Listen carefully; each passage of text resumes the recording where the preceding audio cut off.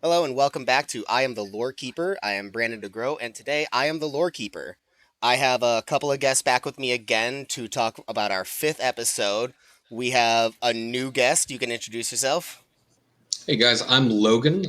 Been friends with Brandon for a good long while here. You may hear me refer to him as Gibberish or Giblet. That's another in nickname, just like the first I have episode. a lot of them. Uh, Quite a few. I'm also known as Casual Exterminatus on Twitch, which you're welcome to come check out if you'd like. Do a lot of variety streaming. And if you've listened to the first couple of episodes, you will remember our first repeat guest, Markus. Hey, glad to be back. I do not have anything to plug. So yeah, don't look for me on Twitch. If you'd like, you can plug me again. Yeah, go for it. Just give everyone the pitch again. You get your second shot. Yeah, do it again. So once again, Casual Exterminatus. No.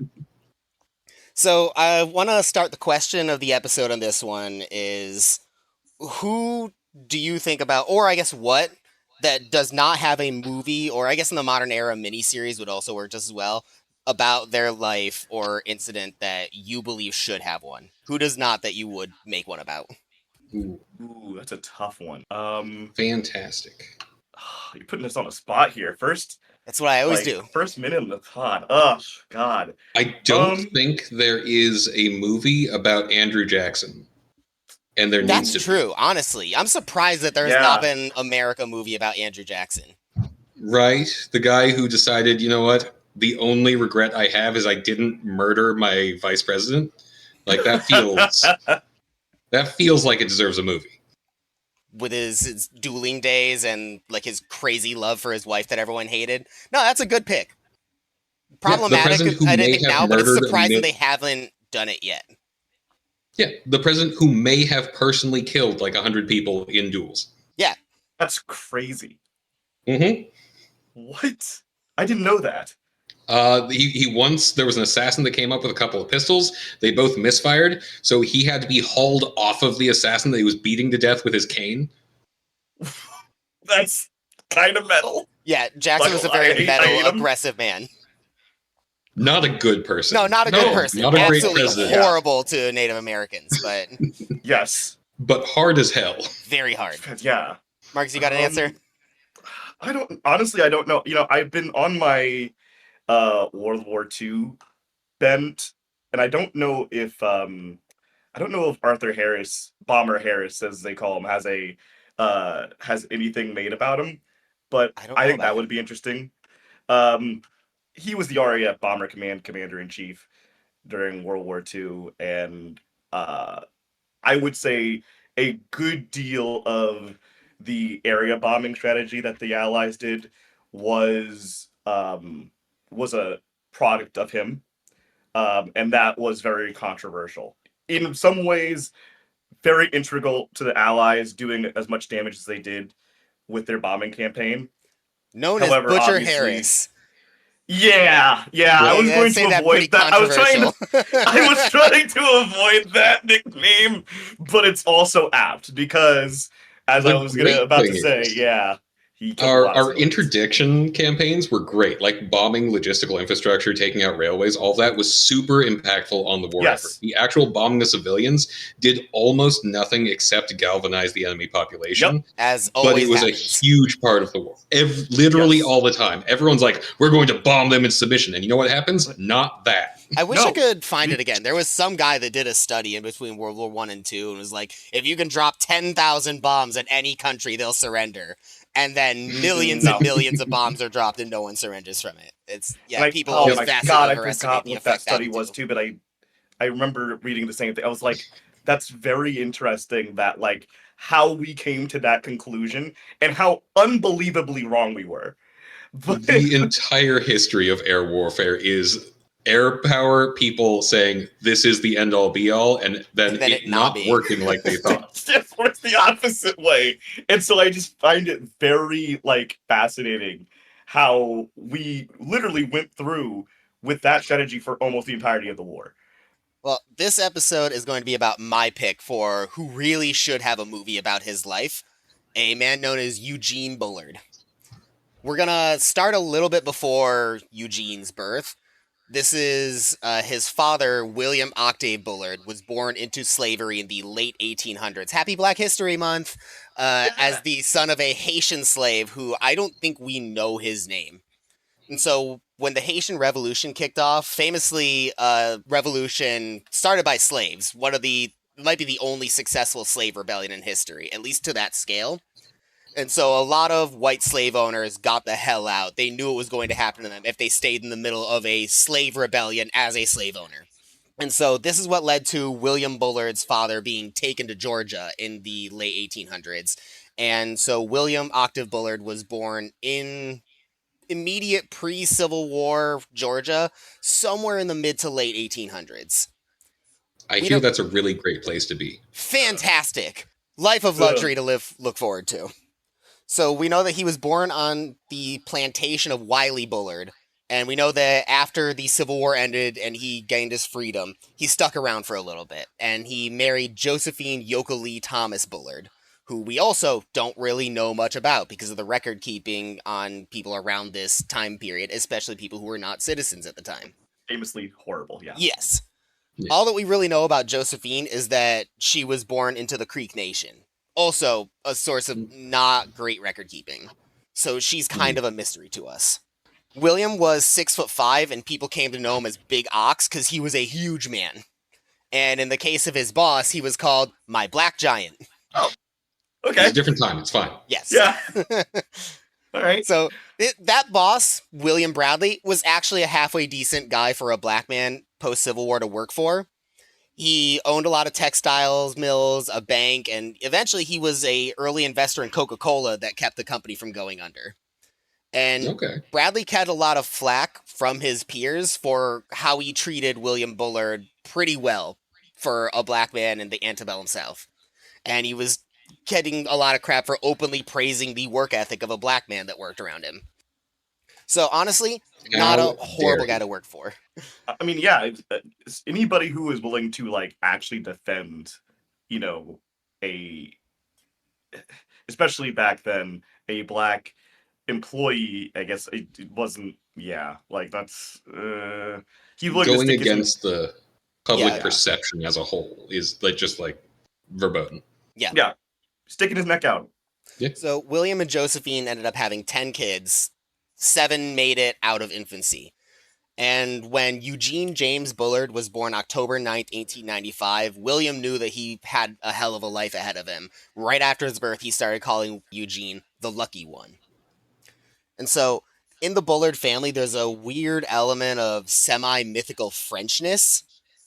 They have some connection to France through their Haitian roots, and the family to which they were enslaved had French roots of their own. And so William kind of built a connection, kind of in truth, kind of a little bit in his own head, towards France being this wonderful place where racial prejudice doesn't exist. Doesn't It exists exist, definitely. less. Yeah, it definitely existed Yeah. less. Eh, It was definitely True, this is better true. than where Yes. he was. that is absolutely true. So when, Also, shout out to the other 6 kids that were not the lucky one. Yeah, I was about to yeah, say to like the unlucky kids. if I'm everybody else, like, what the fuck do I do? Like, what did I do? Like, So when Eugene was very young, he played with all the neighborhood kids, black or white, because nobody's really born racist. But racist parents raise racist kids. And it was around when Eugene was 6 that one of his friends told him, "You was born brown, and that what makes white folks despise you." And it was around this time that his parents banned him from playing with the white kids, probably to shield him from that kind of racism that was going to be a lot more prevalent in his life as he grew up. In Yeah, that was only 1902, going to get worse. yeah.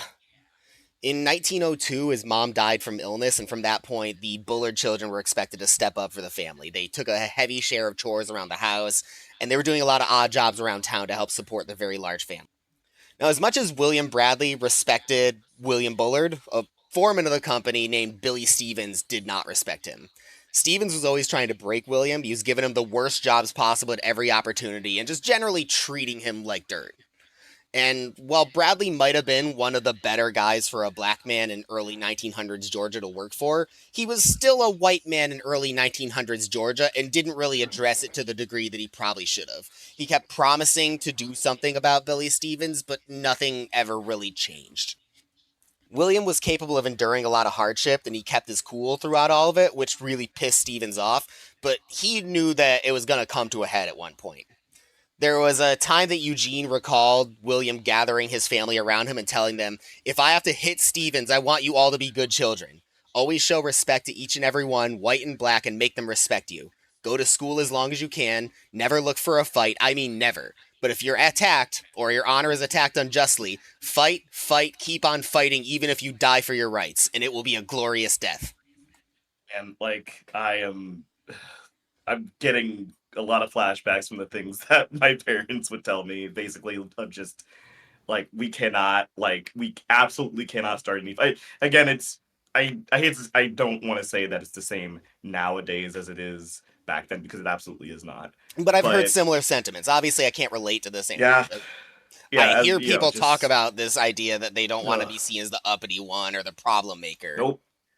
Can't do that. We absolutely, it's just something that we just have to avoid at all times. And it's I just hearing that like immediately like sent me to like some flashbacks. So I was like, yeah, all right, right. It's the fact that he's also essentially saying that if I fight him, I may either die or essentially go to prison for the rest of my life, is also not lost on me, because it sounds like he is giving basically the last speech ever to his children there. Something to remember if I don't come home one day because I have to beat this man. Yeah. We are seeing the stereotypical like movie based in the South, and there is that one character that's just out to get him in every kind of way. Yeah. So one day in 1904, Stevens suspected that William talked to the boss about him again and confronted him and kept asking him what he told him. And William was always trying to be stoic, not start shit, so he just shrugged and walked away. And this pissed Stevens off, and he couldn't take it anymore. So he grabbed a big iron cotton hook and blasted William in the side of the head with it. What the fuck? A reasonable escalation. Yeah. He drew blood, but he didn't do a lot of damage other than just pissing off Big Ox. So William... How do you not deal damage braining a man with a chunk of iron? I had to look it up. I couldn't find what that era's kind of cotton hook would be, because I was just pulling industrial level hooks. But I gotta imagine he hit him with the blunt edge of it. Okay. And it's still a chunk of iron. Yeah. Yeah, that's... he might not have been trying to... Maybe he didn't want to kill him, I don't know, but And also, William was Jesus 6'5". He's a big boy. Oh, that probably helps a little. The guy probably couldn't reach his head. He couldn't reach his head. You have to hit him in the shoulder. Mildly inconvenienced him. So William, seeing red, grabs Stevens and takes him over to a ledge and throws him multiple stories downward into the cargo hold of a steel barge. Excellent. And everyone is sure that Stevens is dead. So this is still tracking with being a movie. Yeah. Yeah, this is what? So William goes to tell his boss Bradley what happened, and Bradley tells him go home and lie low, and calls for the doctor, William Bullard, who is the nephew of the man who once owned William Bullard, which is why he has the same name. Oh, okay. All right. I have to tell you, the propensity for former slaves to take their former owner's last name bewilders me. I know that it was done for convenience, but it's that just feels insulting. Yeah. It really does. It's rough, man. The history behind it is... Yeah. So, to his credit, Bradley tells Stevens, if you want to avoid getting blacklisted in this town and never work again, you'll keep your mouth shut about what William did to you. Huh. Whether Stevens agreed or not, we don't know, because what we do know is that he was not the only person to see what happened. And a mob starts forming as William goes home to his family. So William gets home, grabs a shotgun, and sits in front of the door, telling his kids to hide and turn out the lights as a lynch mob makes its way to the Bullard household. And they get there and they start pounding their fists on the door, but they can't get the door open as they're jamming on it with William aiming a gun at it from the other side. And eventually they just see no lights on, they assume no one's home, and they all leave. Nothing Oh, comes thank of it. God. All right. Bradley That feels like arranges. the only time in all of history where turn out the lights and pretend you're not home actually works. Yeah. So, to his credit, Bradley arranges for William to work at a different job site for a month to let things cool down. He has a bunch of businesses. He often personally visited the Bullard household and brought food and presents, and he would send his servants over once in a while to look after them while William was working. Pretty good dude, honestly, for the time period. Yeah, this is again, I want to make it clear that like, we're grading on a scale here, obviously, but he is he is offering some form of protection. I still cannot say that I like him because former slave owner, but like, I think it's fair not to group him with everyone else. no, yeah, I respect. Don't know how many bosses I've had that would go to those lengths to help me in a bad situation. Yeah. Yeah, that's for sure. Yeah. So like this is really good for modern day. Obviously not great in everything, but Well, hey man, there's probably several business owners out there that would be okay with going back to the slave era. So, Oh, yeah. yeah, this part is actually, that last part of what he is doing right now is actually pretty impressive for current era. props to this guy. Yeah. Yes. So obviously, the whole lynch mob thing scared the hell out of little Eugene, because he lived through this at only 9 years old. Yeah, And- probably, who hasn't gone through a lynch Yeah. mob or two? Oh my God. And so, obviously, he had seen bigotry. Obviously, he had come to understand a little bit, but he had never seen anything like that before. They were coming to kill his family. And so he thought about his father talking about France, the land without racism. And that was when he got it in his head that he's going to one day go to France. I hope this has a better path than what I'm foreseeing, but okay. So over the coming years, he keeps trying to run away. William always tracks him down and brings him back and gives him an ass whooping. At one point, he put him in the town stockades and whipped him as punishment for running away. Okay. My source did note. Those... My source did note that he didn't leave any scars, so it was a light whipping, but it's still a whipping. Look, they've got the infrastructure. They have the surplus whips. Like, what are you going to do with it? When all you have is a nail. Like, it's just like... is a light whipping even a whipping? Like, oh my God. Like, jeez, really? Like, oh my God. You put him in a stockade. For an 11-year-old? What? He was 11 when he did that. What the fuck? All right. So Gene keeps trying to run away from home, and when he's 12, he finally makes it out of Columbus, Georgia, and he never saw his family ever again. Walks down the railroad tracks with a small packet of food and clothes and never turned back. He had about 5 years of schooling at this point, enough of an education to learn how to read and write, and he figures that he had about a second grade level education, which was a lot better than what of his peers were getting in the segregated schools of antebellum Georgia. So we don't know a lot of what Eugene did over the next 5 years. He probably was just moving around southern Georgia, scraping by on odd jobs however he could, driven on by his dream of one day making it to France. He found himself in the company of a group of racehorse-selling Romani from England who were on a trip to America known as the Stanleys, and they didn't treat Eugene any differently for his skin color, so he stuck around with them for a while, and he got to know his way around horses pretty well. And for a time, he became an excellent horse jockey, going by Jamesy to avoid his father. Makes sense. Gene hoped that the Stanleys, being from England, would eventually go back to England and take him with them, which would get him a lot closer to France.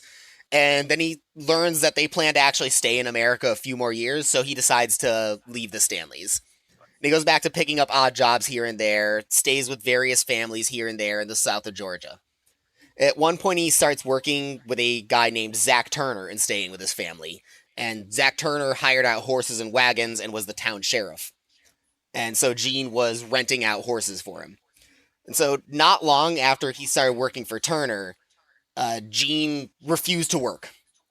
Turner showed up, didn't see him anywhere, and found him just chilling in the barn, not working. And he asks him what the deal is, and Gene tells him, I will not work if you will call me the N-word or boy. I will only answer to Gene, or at the very least my nickname, Gypsy. Not better, but yeah, a little better, different. Especially in the time, but definitely not good. You obviously this is audio medium. I was willing to say that word. You did not see me recoil back from my mic. And surprise, I was like, "All right, okay." Oh, and I just took one took that straight to the chin. Holy shit! Okay. So Gene and Turner stare at each other for a little bit in silence, and then Turner tells Gene, "All right, follow me. We're gonna go into the yard." And he goes into the yard in full view of a bunch of other workers and family members and calls them all up to get their attention. And he yells at them, "This here is Gene. He wants to be called Gene by everybody, not N-word, and that's what we're gonna do. Even the rest of you N-words."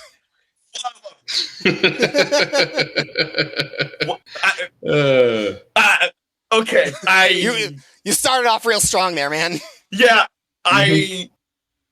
Oh, you gotta please next time stick the landing. I need you came so close. You were. I was like, oh my god, we're gonna have another like woke white man for the time, and this story is great. And then just bam, all right, fuck it. Like, god damn it.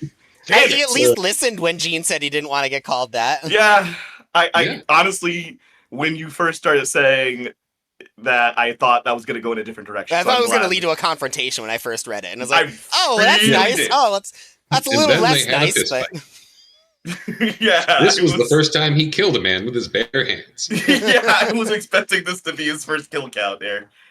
Fuck. So Turner eventually sees that Gene knows his way around horses pretty well from all of his time with the Romani, and Gene becomes a horse jockey for Zach Turner in 1910. And he starts riding in horse events. In 1911, there was a fair where they had horse races, and Gene rode in 2 of the top events and won both. Turner won a lot of money with a $500 bet on Gene in both races, and he gave Gene $50 for each race as a reward, the most money he has ever had. Real quick, how old is he at this point? 1911, so he's 16. He's 16, and he's the son of a man who is 6'5". Yes. He does not sound like the ideal jockey.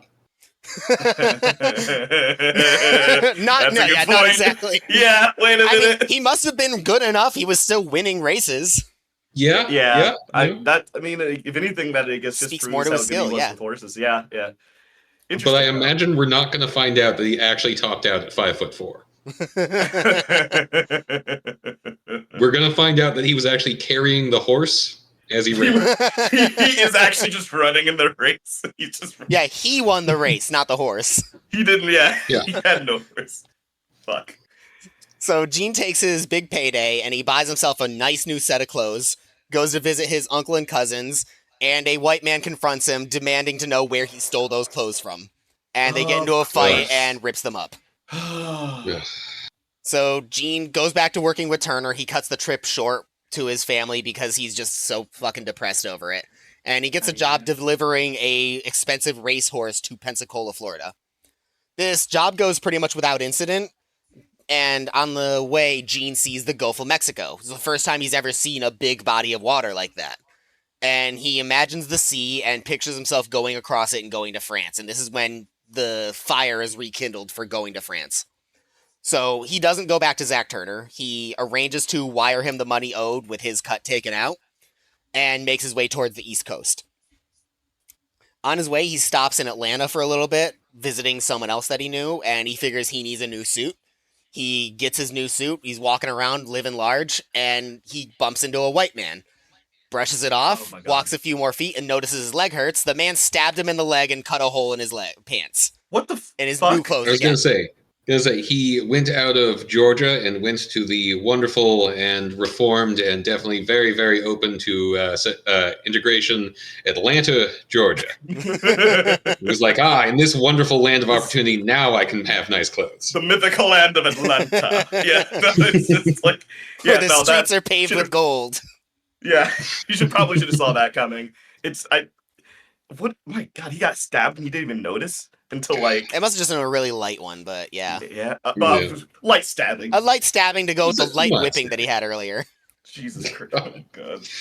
Ugh. So Gene is able to get the pants fixed up and get them cleaned, but this is when he decides he's going to learn how to box. So that, quote, when Yeah, anybody smart is move. mean, I can show them it don't pay. Yes. Yeah. Yes. And Gene would make very good use of those boxing skills as he grows up to be around 6 feet tall. He's already in. You said he was 16 a little bit ago. Is it the same? Is he 6 feet tall at like 16? He ends up peaking around 6 feet tall. Okay. Because I'm like, Jesus, he is going to be a giant. All right. I do not have an exact date and when he reached the height of 6 feet. Okay. Okay. It was I'm just somewhere going to around- assume that he was 6 feet the entire time he was a jockey. Yes. So Gene makes his way to Norfolk, Virginia, and when he gets there, he's absolutely exhausted. So he doesn't look for a room or anything. For some reason, he chooses to sleep in a coal bin near the docks and figures he'll wake up in the morning and look for a ship to France. He wakes up in the coal bin as a sailor is walking by, and he's covered in coal dust, and the sailor jokes at him, "Son, ain't you already black enough?" You know And what? Gene and him both laugh with each other. Yeah, I was gonna say, as somebody who's a black person, I can laugh at that shit. Like, all right, you know what? That's kind of funny. like, I appreciate that he also had a sense of humor for that because he kind of had to. I don't think you're gonna. He just won't handle disrespect, and that didn't come off as Yeah. disrespectful to him. No, that wasn't. Yeah. So Gene asks the sailor which of these ships might be going to France. And the sailor says, "I don't know, but they all get there eventually. Just pick one." Great. Thanks, man. All right. Hopeful. So Gene wanders the docks looking for a ship that he thinks will take him to France. And eventually someone just assumes he's a dock worker and tells him to start loading crates on a ship. And he thinks, great, this is my chance to get some cover, get an excuse to get on this ship, and I can stow away. So he loads a couple of boxes, takes the chance to duck behind some cotton bales, waits 2 hours, and the ship leaves port. And 3 hours later, it docks again. And Gene gets off knowing there's no fucking way I'm already in France. That's way too far. Yeah. So he wanders the docks and asks another black person he sees where he is, and he's told, "Norfolk, Virginia, dumbhead." So he just wound up back in the exact same place. Yep. I was wondering if that was the case. It's like they just came back. Why did the ship even leave? I don't. Where were they going? What were they doing? See, they left and then they realized, oh, no, we forgot the paperwork. We got to go back. Shit, I forgot. And the captain forgot his fucking his wallet or some shit. I gotta go back. Oh my God. This is a movie right now. So Gene roams the docks a little longer, and he finds a German ship with crew members that speak enough English to have a conversation with him. And he finds that on their way back to Germany, they're going to be making a lot of stops. So he does some errands for the crew to make enough money to afford passage, picks up a little bit of German on the way, and in 1912, he lands in Aberdeen, Scotland. So Right. he ends up being the first black person that a lot of Scottish people have ever seen. Yeah, I would And imagine. he becomes pretty popular for that. He gets well known, and it helps him make a lot of friends and get some jobs. They all either call him Darky or Jack Johnson in relation to the Okay. boxer. I'd rather be Less called the fond second of this one. nickname. Yeah. Yeah. All right. So he stays in Interesting. Glasgow for a few months, and the first job he has is he's making money as a lookout for street scammers, like doing 3-card Monty and all that stuff. Okay. Wow. And he makes his way to England and gets a job at a theme park. He sees a game reminiscent of a dunk tank where someone poke their head through a sheet and then have someone throw rubber balls at them. And Gene tells the guy Owen in the booth, "Hey, I bet you'd make a lot more money if that face was black." I mean, he's probably entirely right. He was yeah. entirely right and made a fair amount of money doing this. Fuck.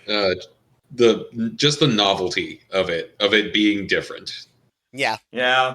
So he ends up making it to Liverpool, and he starts going to Baldwin's Gym, which is one of the biggest boxing schools in England.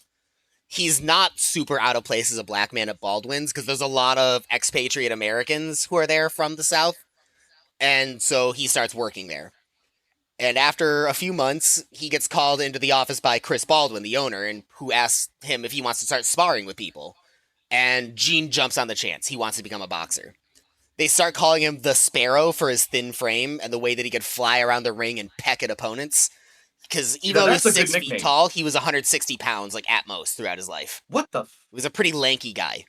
Wow. Yeah. Dang. Okay. Okay, maybe actually a decent jockey.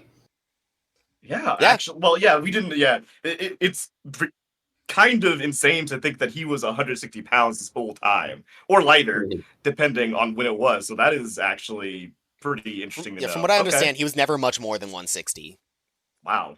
I always I had always envisioned kind of like this big, like, barrel chested up, like, guy of a you know. Being born to a guy known as Big Ox. Yeah, that's what I was kind of going with there. Okay. So his first boxing match, he wins on decision in a 10-round match against the Irishman Bill Welsh. And there's another expat American, another black man there, Aaron the Dixie Kid Brown, who is watching the fight, and Gene impresses him. And Aaron Brown hires Gene into his group of touring fighters. And so they shack up in London. London is where they're based now. And the Dixie Kid takes pretty good care of Gene. He sees to his training, schedules matches for him, and it's around this time in London that Gene picks up another hustle. There's a group called Bell's Picks that does vaudeville shows based on American South black culture, and Gene joins them and starts touring Europe in vaudeville shows. Actor and pugilist. Singing and dancing, too. Mm-hmm. Oh, wow. Yeah. Jeez. Not generally associated with each other. Yeah. So his primary living is as a boxer, but Bell's Picks has him touring all over Europe, doing London, Moscow, Berlin, and eventually this is how he makes it to Paris for the first time. And all of these brief visits that he has for shows, France is everything Eugene could have dreamed it to be. And he convinces Brown to schedule more and more matches in France. And in November 1913, the boxing group is about to go back to London. Gene wins a 20-round fight against a French boxer, Georges Forrestal, and he tells Brown, I could never be happy for the rest of my life unless I could live in France. And he stays behind when they all leave and makes Bell's Picks his primary job.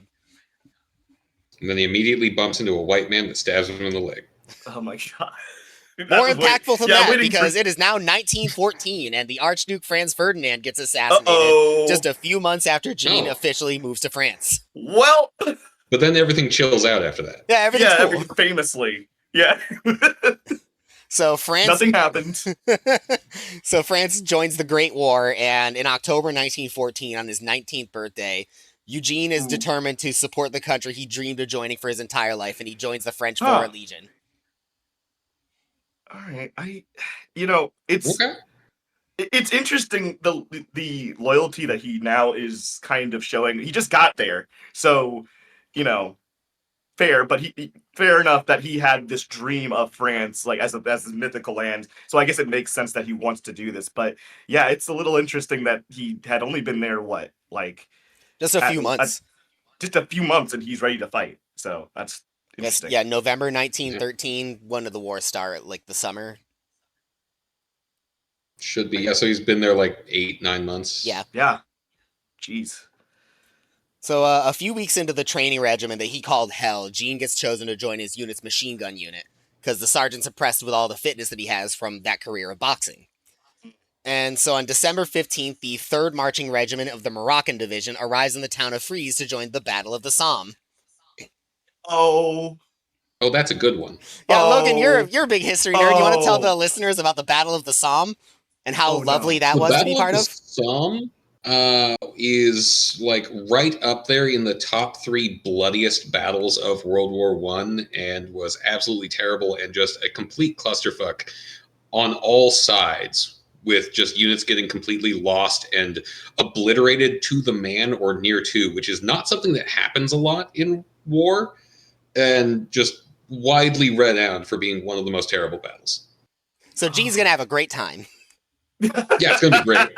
He's a machine gunner. Machine gunners they live real long. Famously, again, yes. Very long life expectancy, that job. You definitely that's the thing you want to go for, yeah. So speaking of him having a great time, literally the next line that I had written in the script is, after achieving his dreams just under a year ago, now he had entered into the world of nightmares. Welcome to France. Yeah, that is, again, this is the mythical land of France, my man. Here it is. He recalled one instance where he was led with a new lieutenant over the top, and they only were in the field for 15 minutes before they staggered back to their lines, having lost half of their squad, and the lieutenant is just crying in a crater. God. He saw people get evaporated by artillery shells. He watched a friend of his die. But throughout his life, Gene had dealt with a lot of racism from his skin color, and this was not really something that he had to deal with in the Foreign Legion on the front lines. He was just a comrade. He recalled of his unit, "We were just a big family of 54 different nationalities, and we kept growing more diverse as the men were shot down. We all loved each other and lived and died for each other as men should." And somewhere along the way, I don't know exactly when in here, Gene shows more dedication to his adopted country, and he changes his middle name from James to Jacques. So, now it's starting to come together now, right? The kind of how this is, Gene's unit ends up fighting in the Second Battle of Artois, where the French legionnaires suffered really bad casualties again, but they managed to single-handedly launch an assault that beat through the enemy's lines by 7 miles, single-handedly making the Germans retreat. And then, 7 miles is ridiculously impressive. Yeah. On their own. No support. Yeah. And if I'm not mistaken, isn't a lot of the French Foreign Legion's history just like these horrible casualties on their side, yet getting the job done style of battles? Yeah, so this is... Pretty much. Yeah. So they all Basically, the story of the French Foreign Legion is that everything is terrible, and they killed a lot of enemy soldiers. And they took it. There's just a lot of bodies. Yeah. So they all celebrate their big victory and stop celebrating as they come to realize they did too well, because there were no French units anywhere near them to support them. And the Germans counterattack and take back half of the land that they ended up taking. The company that Gene was in started the day with 250 men, and by that night we're down to 58. Yeah.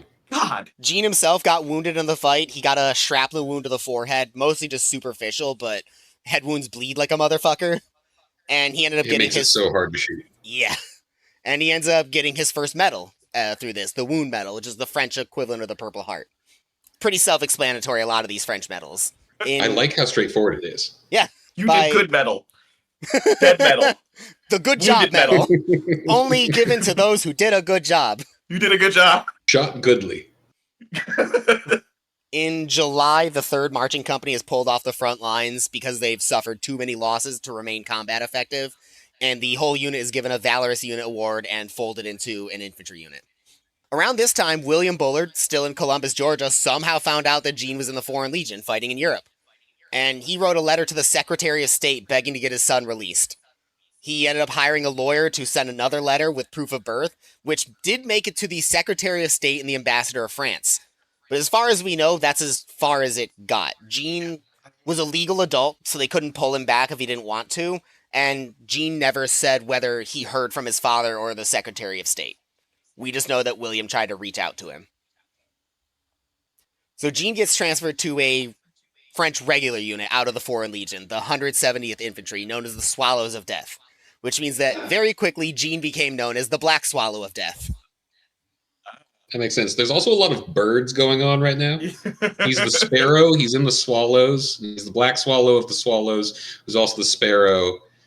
Yeah. Birds all the way down. He got it for a shitty reason, but I do want to say the Black Swallow of Death is an awesome name. It is really kind of metal, man. Yeah. So he doesn't see the front again until early 1916, when, Logan, you want to tell everyone about the Battle of Verdun? God damn it! The Battle of Verdun is the worst meat grinder on the entire Western Front, where Germany put out a plan to just grind down the French army, not by taking ground, but by killing so many people that they would break the morale. And then got themselves into the same grinding battle where they were losing so many men. And it got so bad, so ridiculously, unreasonably bloody on both sides that soldiers on both sides refused orders to go over the top and assault the enemy positions because no one was gaining any ground, they would stay in their trenches and fight if they got attacked, but they flatly refused under pain of execution and death to go over the top. And this was like millions of people just refusing to fight. That's, it's really fucking bad when they're saying, you go ahead and kill me. I don't want to be in just that kill shit me. anymore. Yeah. Yeah. Like just like every day, thousands dead and just grinding for months. Gene is just going on a Western Front tour of greatest hits, worst places to be. I was about to say, like, I knew, like, that battle is there, it's coming, but you're just desperately hoping that, maybe he didn't, like, for just somehow, maybe he doesn't end up in the Somme. Oh, no, nah, he's in that. Oh, okay, well, maybe somehow, by luck or chance, he doesn't end up in Verdun. Oh, no, okay. And the other one, Second Artois, might not have been a horrific one in its own right, but it was really bad for his unit. And then after he was pulled out of Verdun, he was sent into a literal meat grinder for grinding ground beef. And he preferred that. He was like, it was better. It was significantly better. Oh, God. So there's okay. You lived through this? Because, like, fuck. There's a point when his unit is rotating back to the front after a brief rest. It's March 1st, and they come under artillery fire in the back lines. And Gene is among about 20 people that rushed into a nearby barn for safety. Turned out to be a bad call. A shell crashed right through the roof of the barn. Oh. 4 men die instantly, 10 get wounded. Gene was hiding behind a mattress, and a piece of shrapnel tore through it and knocked out 7 of his teeth.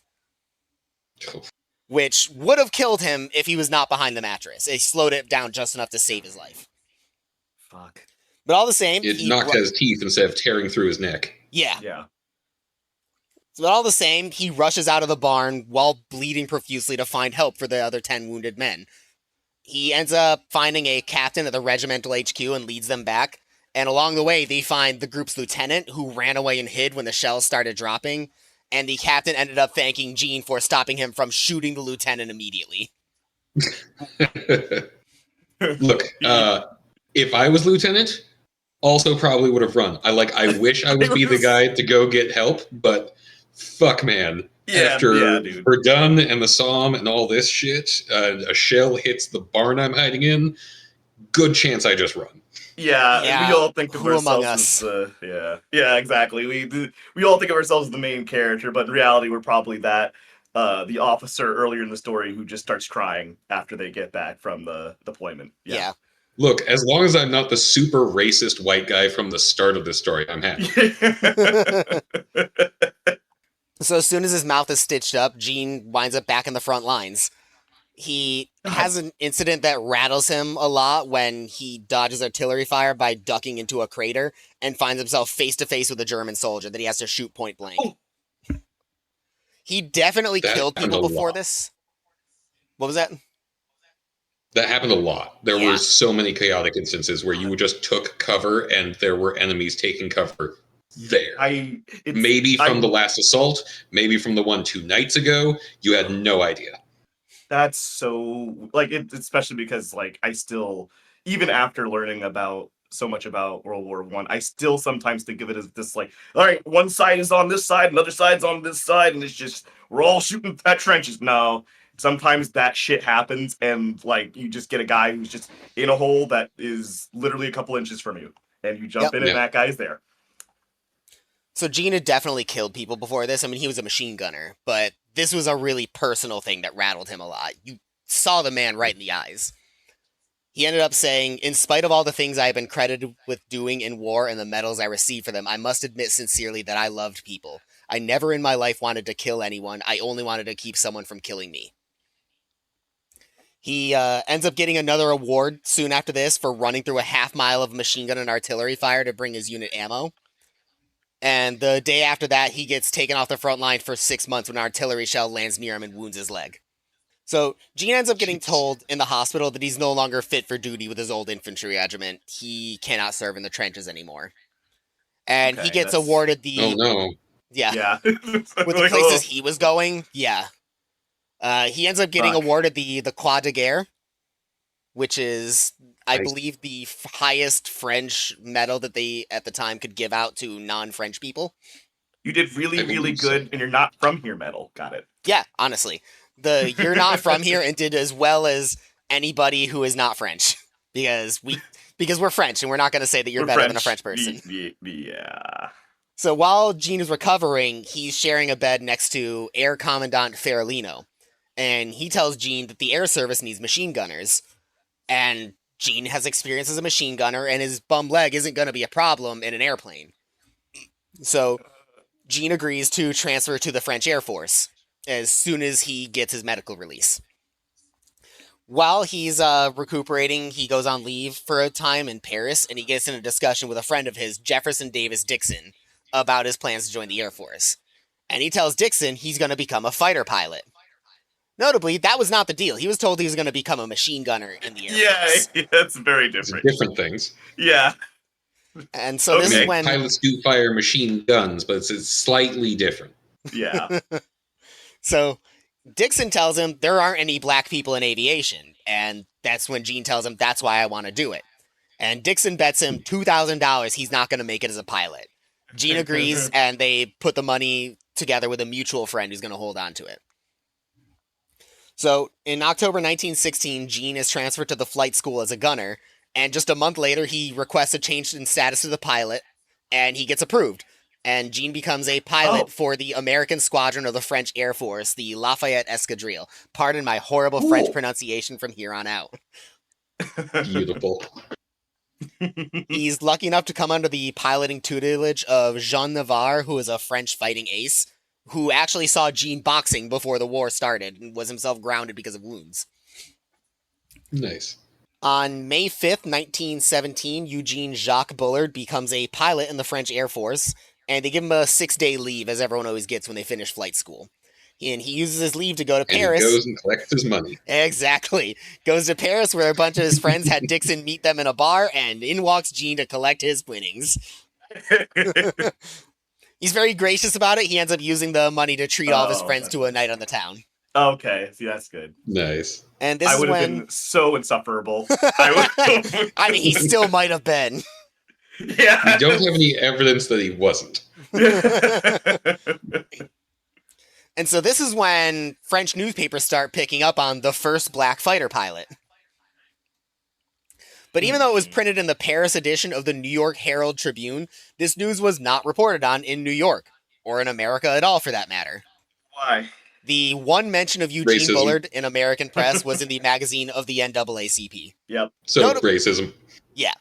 Gene wasn't exactly the first black fighter pilot. He was the first black American fighter pilot, but there were like 3 or 4 other people that flew slightly before him. Like there was an Ottoman man named Ali Salikdin. There was a Jamaican who flew for the British Air Force a couple weeks before him. And there was a Italian Somalian who flew for them. Huh. So Gene was probably the 4th black fighter pilot in history, but he was the first American. And so it's around this time that the Americans entered the Great War, and Gene is one of the first ones to try to sign up with him. As much as his country of birth turned up their nose at him and France embraced him, he still felt attached to America, where he grew up. He was modest about his skills as a pilot. He wasn't the best. He wasn't a flying ace, but he was competent. He had a clean flight record, and unlike some of his peers, he never crashed and he never got lost. But there were less experienced, less trained pilots passing by him in the ranks. And again, prejudice stood in the way. There was a high-ranking officer in the Lafayette Escadrille known as Dr. Edmund Gross. And he was part of the examining board when Gene applied to join the U.S. Air Force. They couldn't find a medical reason to deny him because he was in great shape. He was a boxer. He had a lifetime of hard labor. But Gross and the examining board then established a rule that all American pilots had to be commissioned officers, and they deemed that Gene was an officer material. So they denied him from joining the American Air Force. Man, this pod has an unfortunate history of doctors that's going on whenever I am on the show. I just want to make that clear. Do we have evidence that this doctor was not also a hockey ref? Yes, I need to know if he was also a dentist as well. I would like evidence on my table by the end of this week, please. So the Lafayette Escadrille, Gross is always making sure that Gene gets his paycheck last. He's always making sure that whenever recommendations to promote Gene come up, they get denied. And France actually gave every American who flew for them, they gave them a certificate of gratification, and Gross even kept that from getting to Gene. That's the pettiest. Yeah, it's literally like a thank you letter, and he kept that from him. Come on, man. Like, really? Like, that's like, again, they're just being racist, but like the extent is just so fucked. Yeah. Why? I like to think that he kept the letter and he whited out the name and wrote in his own one. To me.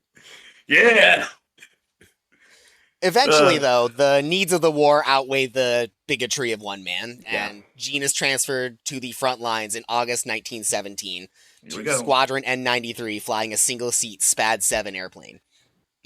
I think everyone has seen war movies where you see like a fighter plane with like a naked lady painted to the side or some other kind of livery, and Gene had painted a red heart on both sides of his fuselage behind the cockpit with a dagger stabbed into it.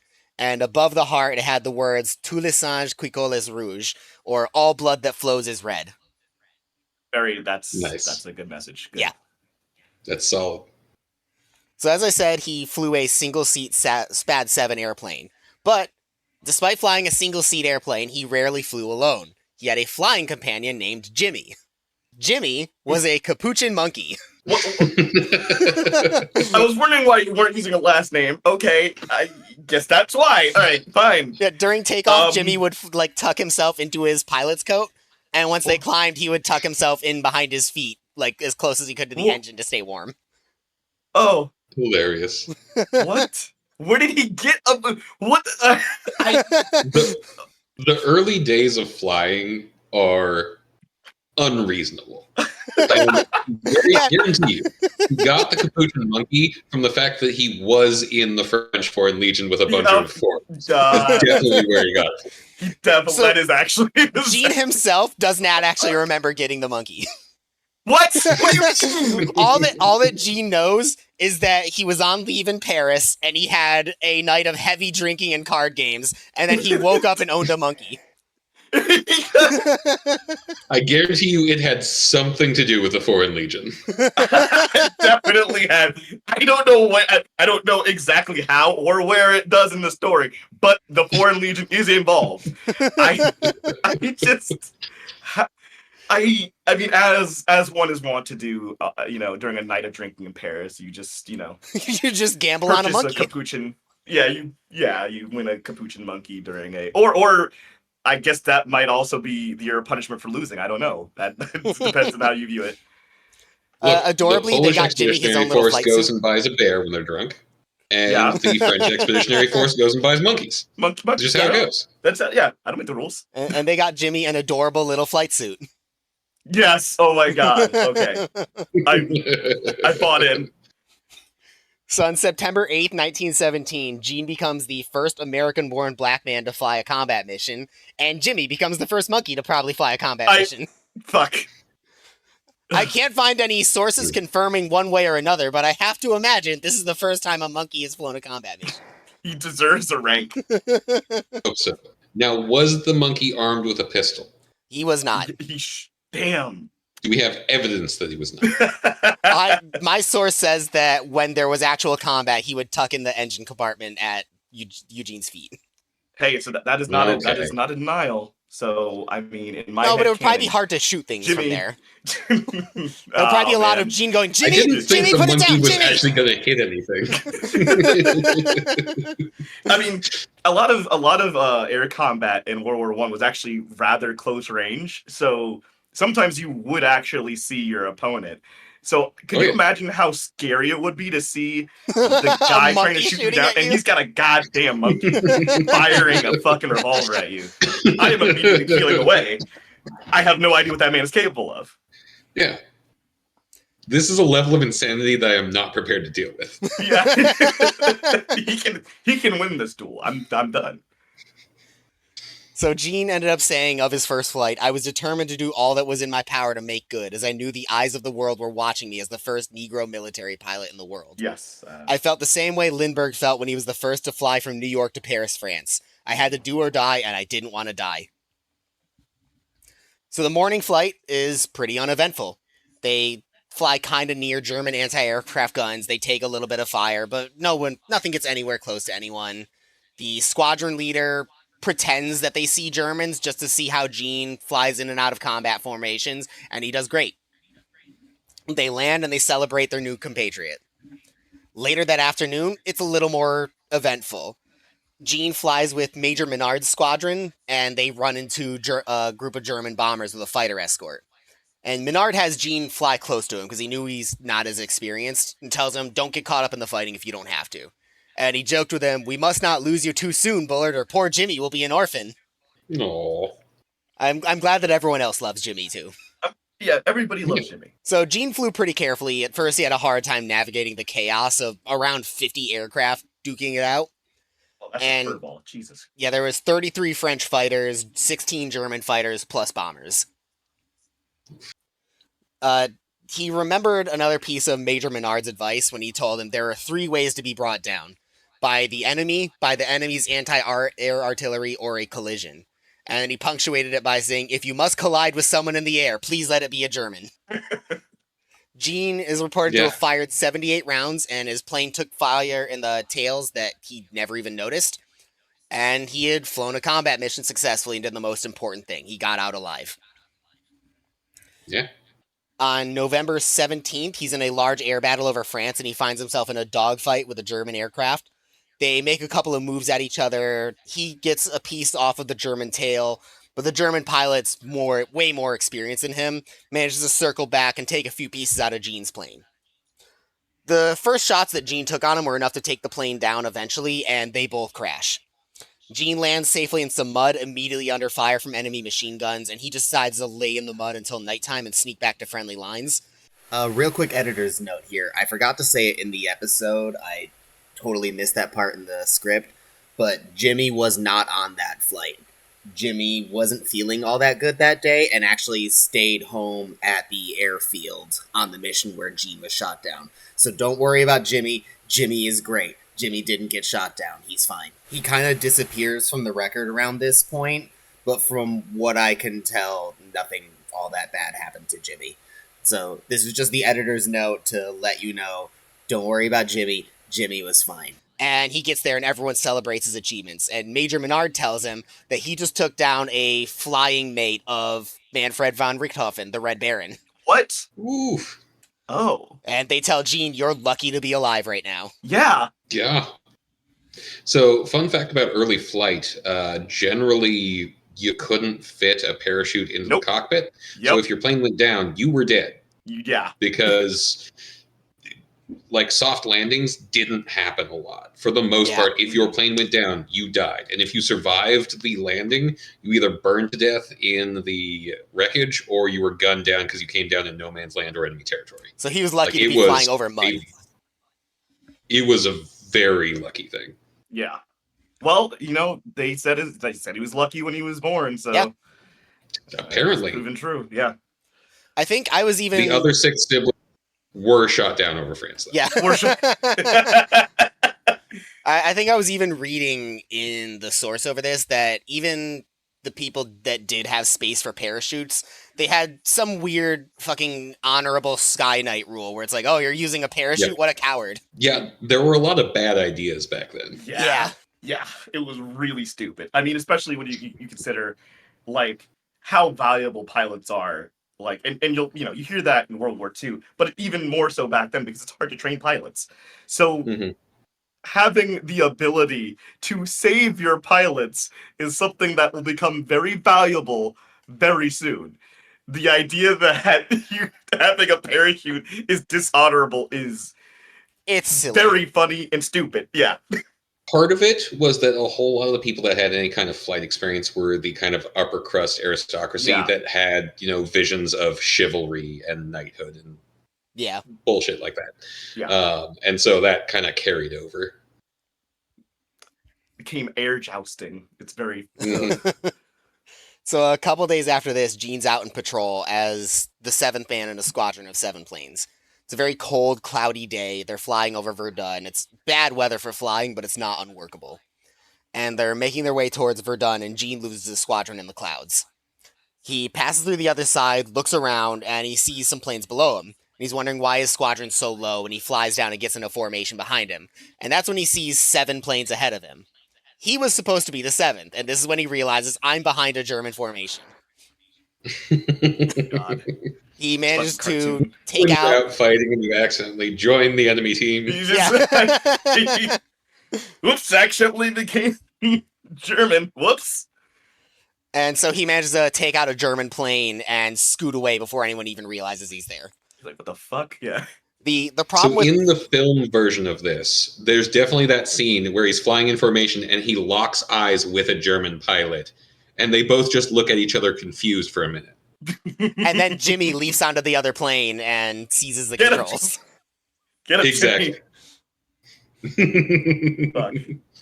The unfortunate thing about both this flight and the last one is that since Gene was basically alone for both of his kills, there was no one around to confirm them, so Yeah. he never got any credit for these. Yeah. That one's not a racism thing, it's just that you can't just let people No, fly that's- back and be like, hey, I killed 15 people, and take them at their word. Yeah, that's just how. Yeah. Exactly why Japan kept saying, oh yeah, we took out all of the enemy carriers and all 3 times as many fighters as they had. They just trusted their pilots. Yeah.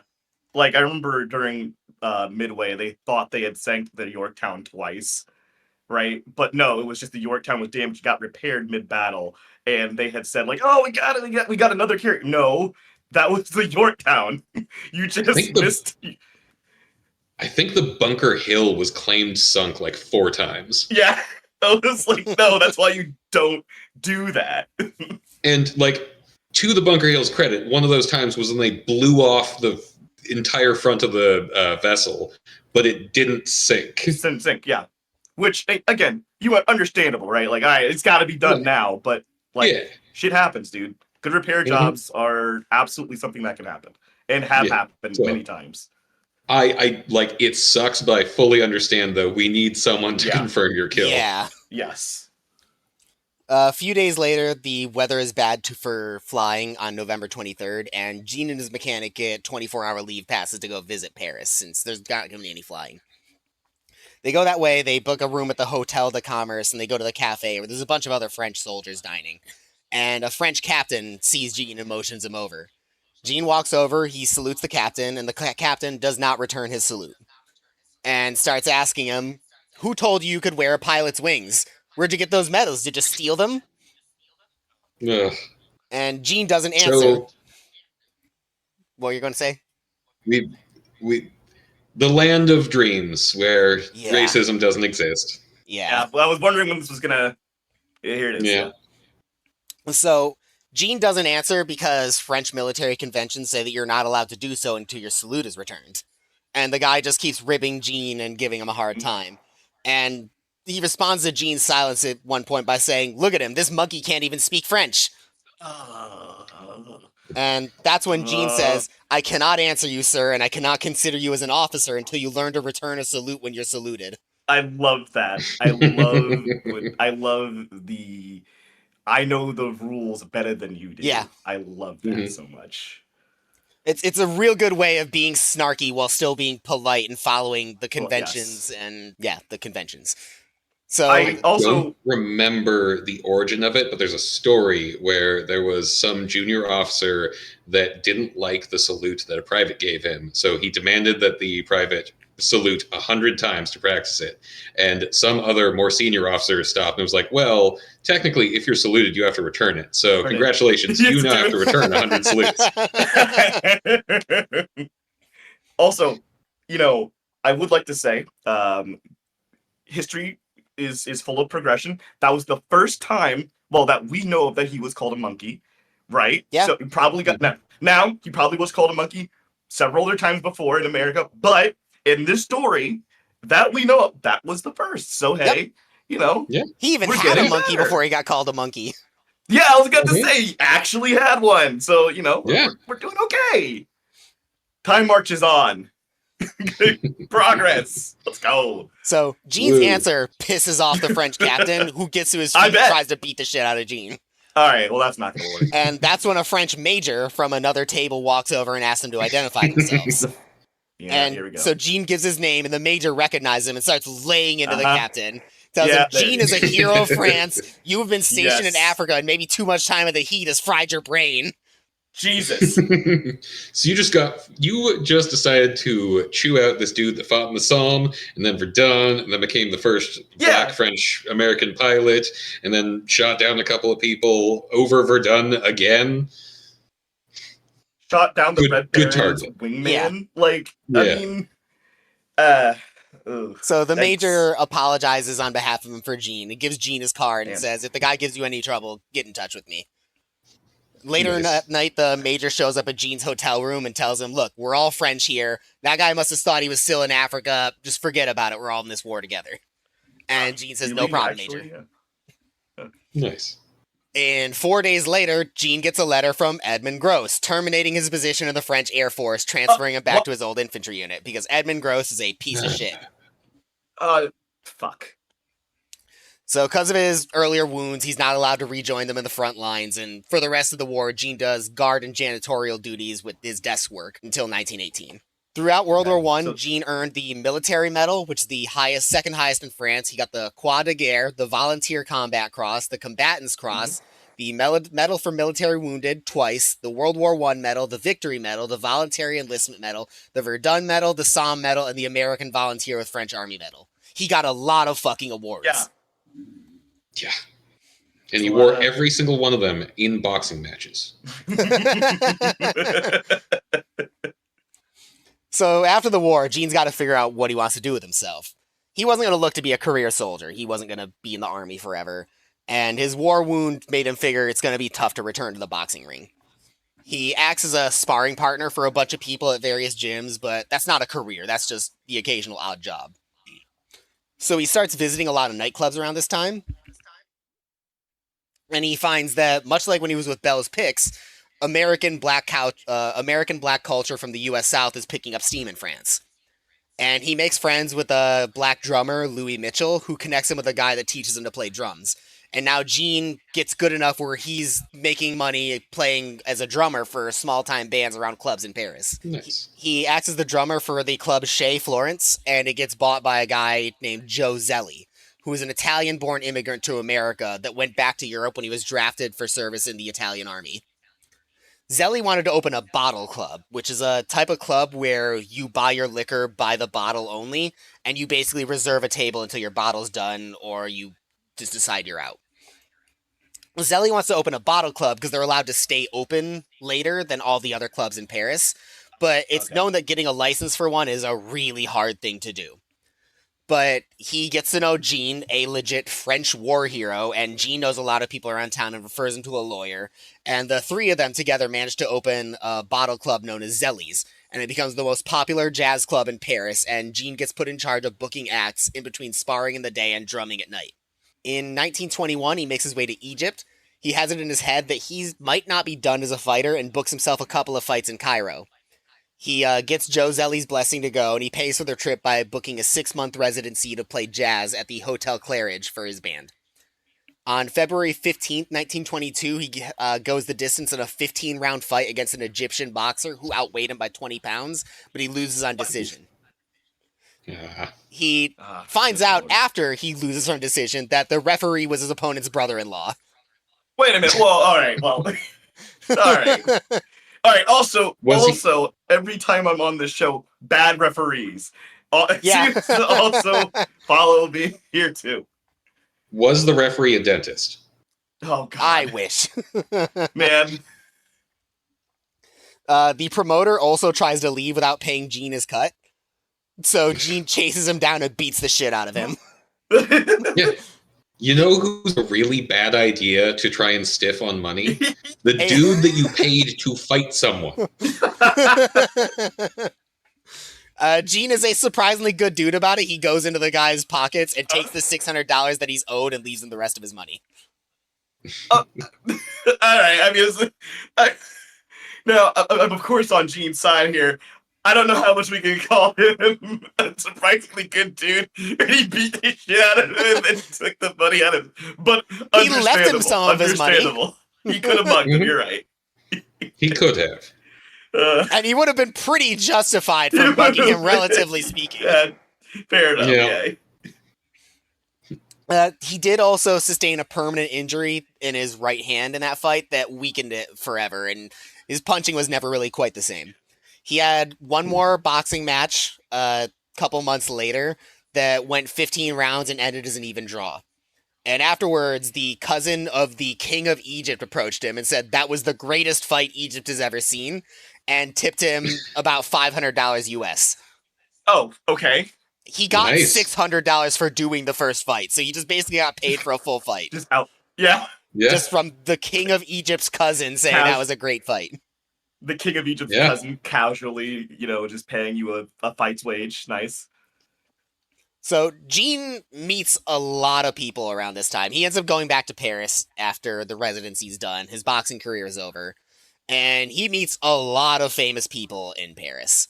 He works in the most famous nightclub in Paris, and he's a war hero, on top of just being a generally charismatic guy. He ends up getting introduced to a lot of patrons of the arts, and that's just how he meets the Strawman family and meets their daughter, Marcel Strawman. They met in 1922 and married on July 17th, 1923. Over the next 5 years, they had 2 kids, Jacqueline and Lolita Bullard. But Gene was a very busy guy, and he started to grow apart from Marcel as he dedicated all of his time to his club and his daughters. And when Marcel's father died, she wanted to kind of dedicate her life full time to being a wealthy Paris socialite. She wants to go to parties and stuff. Gene ended up writing about their separation, saying, "She wanted me to quit working and give all my time to sharing her life as a Parisian society woman. That would mean taking her to horse races every afternoon during the season, escorting her to parties every night, and spending weeks at a time at fashionable resorts. Like most American men who aren't sissies, I could not stand the idea of being a gigolo, even to my wife." Huh, well, That's a hell of a line out of context Wow. in this time and era. Well, yeah, I was about to say, Oh, yeah. I just remember what year we're in. All right, thank you. So I told her she could lead the full life of a society woman as she liked, but to count me out in my working hours, because I was not going to give up earning my living. So we were seeing so little of each other that we decided to part company. We were Catholic and we were never divorced, and about 6 years later, my poor wife died. Aw. Despite That's what sad. Gene says, this is really shrouded in mystery. Because he said they never divorced, but there are city records in Paris showing a divorce between the two of them in 1935. And we know that she didn't die until 1990, because that's when her death record is. Wow. So we don't That's know interesting. why Gene lied about this, but it's possible Yeah. that... What we do know is that his daughters were very involved in his life afterward, and they followed him around a lot, but they weren't really involved with her. So it's possible that Gene kind of lied about their mom to protect them. I was gonna say, I think that might have been, or right, if he is a devout Catholic at the time, so divorce isn't really seen as, a great thing. So I'm wondering if maybe he was like, let me not say that, right? I don't know. It Right. could be either one, to be fair. Mhm. And so Gene never remarries. That's the only marriage he ends up ever having. There's a lot of rumors about various people throughout the story that he may or may not have had affairs with, or he may or may not have been in love with. There's very little evidence towards anyone other than Marcel. For the most part, his private life was a private life. So in Interesting. the early 20s, Gene leaves Zelly's and becomes part owner and manager of the club Le Grand Duc, where he becomes known by Ernest Hemingway, F. Scott Fitzgerald, and Pablo Picasso, among others. They all knew him and liked him. In 1928, there is a monument outside of Paris that gets dedicated to all the American pilots that served for France in the war.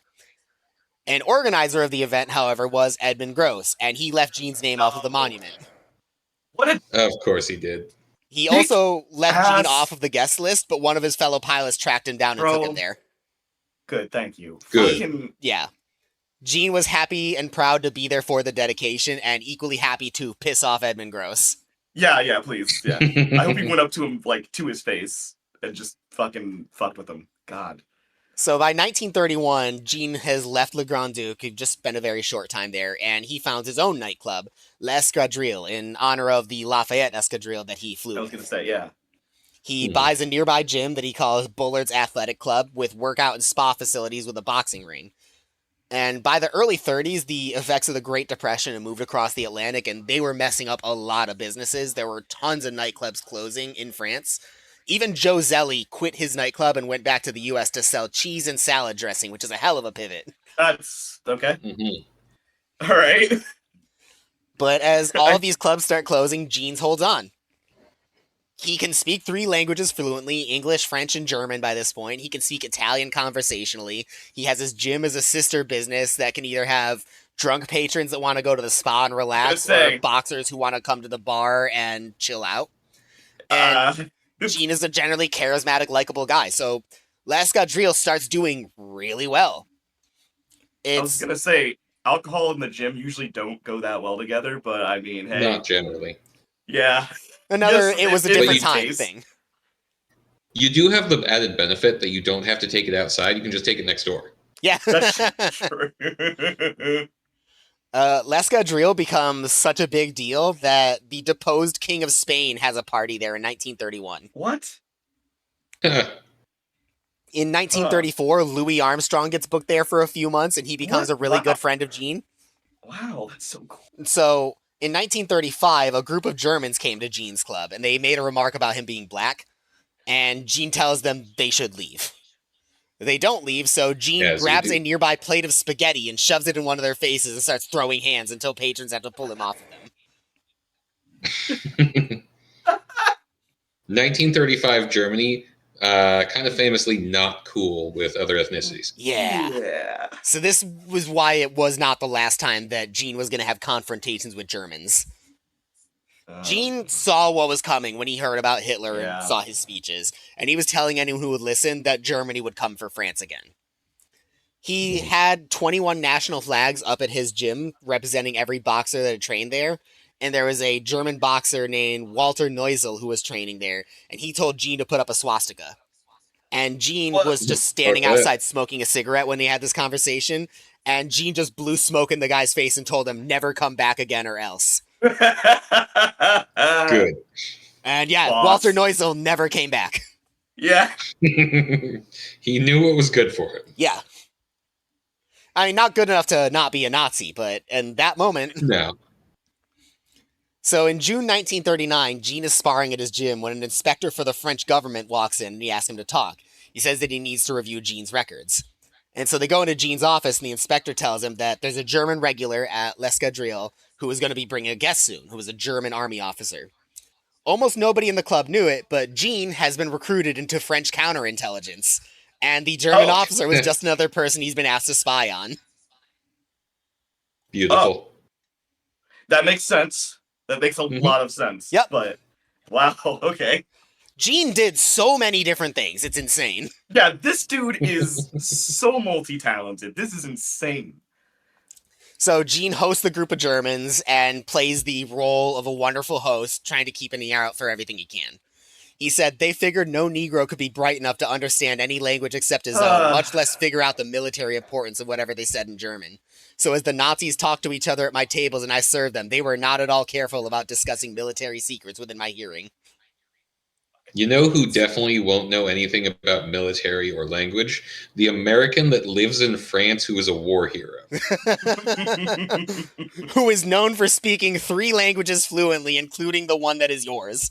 And fought in literally two branches of the government. Like literally fought as an infantryman and as a pilot. Yeah, sure. In several major conflicts. Yeah. Oh, it's fine. He doesn't know anything. It's fine. It's fine. So the next month, Gene arrives at L'Escadrille on a Saturday evening, and he sees the place almost empty. The staff is really unsettled, and the bartender points him towards the bathroom, and he walks in to see a Corsican gangster, Justin Peretti, screaming into the mirrors, piss drunk. Oh, okay. Gene is able to get up behind him because he's a drunk man with his back turned to him, and he manages to grab the guy's arms, takes a knife that he finds on him, and he tosses him out of the club. Gene does not want trouble with the Corsican mob, so he immediately goes to the neighboring club where they like to hang out, and he tells them what happened. And Justin Peretti's brothers are there, and they tell him, look, he just had a big bet at the racetrack that he lost. He's been on a days-long drinking binge. The mob doesn't have any beef with you, Gene. You're good. So Gene goes back to his club. The doorman stops him when he gets there and tells him, Justin Peretti's back, and he's demanding to see you. Oh, good. So Gene walks in and confronts him, and Peretti goes, we go, Gene, yeah. how long have we known each other? And Gene goes, it's been a few years. Why? And Peretti says, because this is goodbye forever. This is your last night on Earth. Oh. Gene thinks this is Not an idle concerning threat, at all. and he shakes his hand. Peretti asks him, can I kiss you on your cheeks? As is the Corsican way. And yeah, they shake hands, he kisses his cheeks, and Gene calls Peretti a taxi, and he leaves. And the doorman's been stressed about this all day. He hasn't had a chance to eat, so Gene gives him permission to take off and grab dinner. 30 minutes later, one of Gene's staff screams, and Peretti is back holding a pistol. Gene rushes in, sees the commotion, and Peretti aims the gun at him and tells him, Bullard, I'm gonna kill you. You're a dirty scoundrel, a friend of the Germans. You're working for them. Okay. No. He's really not. Yeah. So Gene tries I'm to wrong explain, Peretti, you're my buddy. I'm no German sympathizer, and he tries to walk closer to get a chance to disarm the gun. He makes a move, but the trigger gets pulled, and Gene gets shot in the stomach as they start struggling over the gun. They panic fire a few more times. Yeah. Peretti panic fires the trigger a few more times as they're struggling, and somehow manages to shoot himself through both ass cheeks. There's physics going on here. Yeah. Are they separate shots? No, it was one shot somehow. Okay. Through both butt cheeks. Through both. I was gonna say through both cheeks. It's impressive. Yeah. It is. Yeah. All right. So in the scuffle, the bartender tosses Gene a bottle and he smashes it on Peretti's head and he goes unconscious. So the staff calls a taxi and Gene goes to the hospital right away. Yeah. I'd like to note, they called a taxi for Peretti, right? For Gene. Okay, for Gene. See, I thought they called an ambulance for Gene and a taxi for the man that just tried to kill him. No. They called a taxi for Gene and nothing for the man that tried to kill him. Yeah, that is some serious service right there. Yeah, well, we can't let him go. Like, you can't let him go drunk. You can't let him go home drunk. Like, come on, he called a taxi. It's fine. That man just shot himself in both ass cheeks. He's suffered enough. So the bullet ends up dodging all of Gene's vital organs. It went into his stomach, rattled around his insides, and went out through the right hip. Didn't grab anything important either. He ends up making a full recovery. One of his staff in the meanwhile goes to visit Peretti, who has a fractured skull to go with a bullet hole in both cheeks. And ends up, Justin Peretti was also operating in counterintelligence against the Germans, just on the mob's behalf, not like an official government role. Oh my god. He was part of a cell of the French resistance. What the fuck? Oh, hilarious. So Come on. And other than that, it was pretty much exactly what he told Gene. He got really drunk, thought Gene was a sympathizer because of the party where he was spying on the Germans, and then resolved to take care of him. That is so stupid. Fuck. Don't do counterintelligence actions while incredibly hammered. Yeah. Oh, God. So Peretti's brothers from the mob visit Gene, and they offer him a few $1,000, both to keep him quiet from the police and as payment for the days that his club had to be closed for the police investigation. Gene is out of action for 10 days, and then reopens L'Escadrille and goes right back to spying on the Germans.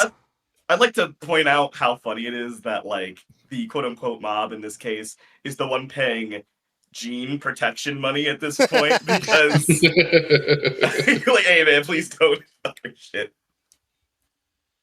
So as the seeds of World War II started to sprout, increased rationing led to more and more institutions in France closing. And Gene fought the trend as long as he could and stayed open as long as he could.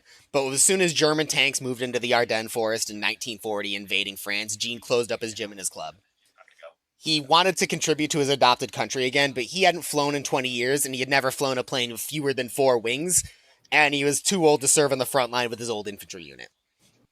He links up with the American Legion for work, and they introduce him to June James, an American widow in Paris who needed help around her house. Sometimes Gene serves for fancy events while wearing his pilot outfit and medals, and by chance, one instance, James is hosting a party, including Edmund Gross. Oh my god. And Gross tells Gene, I didn't know you had the medal military. And Jean replies, "Oh, I thought you kept all my records, just so you kept the scroll issued to me by the French government as it was to every member of the squadron." Groves goes red in the face, turns around and walks away without a word, and the two never see each other again. Hilarious. Beautiful. I hope this happened in front of some very important people. I fucking hope so. I hope so too. It sounds like they were fancy dinner parties, so I have to imagine there were other important people there who got to see him get embarrassed. Mm-hmm. Oh, God. So shortly after this instance, Jean gets asked to return to Paris because another group needs his services. La Resistance. And from now on, Jean is working for Mrs. James, and whenever anything interesting comes up at a dinner party, he reports back to the Resistance. And once in a while, he goes into Paris to help move information between cells. So, swapping from counterintelligence to intelligence. Yeah. So Gestapo had forward agents, from what I understand, occasionally head of the army, and they had received word of a black man working for the Resistance. So Jean always had to be careful because not a lot of other people that could be referring to. On one occasion, he gets given a soccer ball that has rolls of film on the inside to bring to a guest at Mrs. James's, who I believe is a British Army officer. And he notices on the way that he's getting tailed by German agents, and he's having a hard time shaking them. So at one point, he turns a corner and he sees a group of kids walking around with their own soccer ball. He tells them, "Let's trade soccer balls, and if you meet me back here in 20 minutes, I'll give you a bunch of money for it." And he manages to make the swap.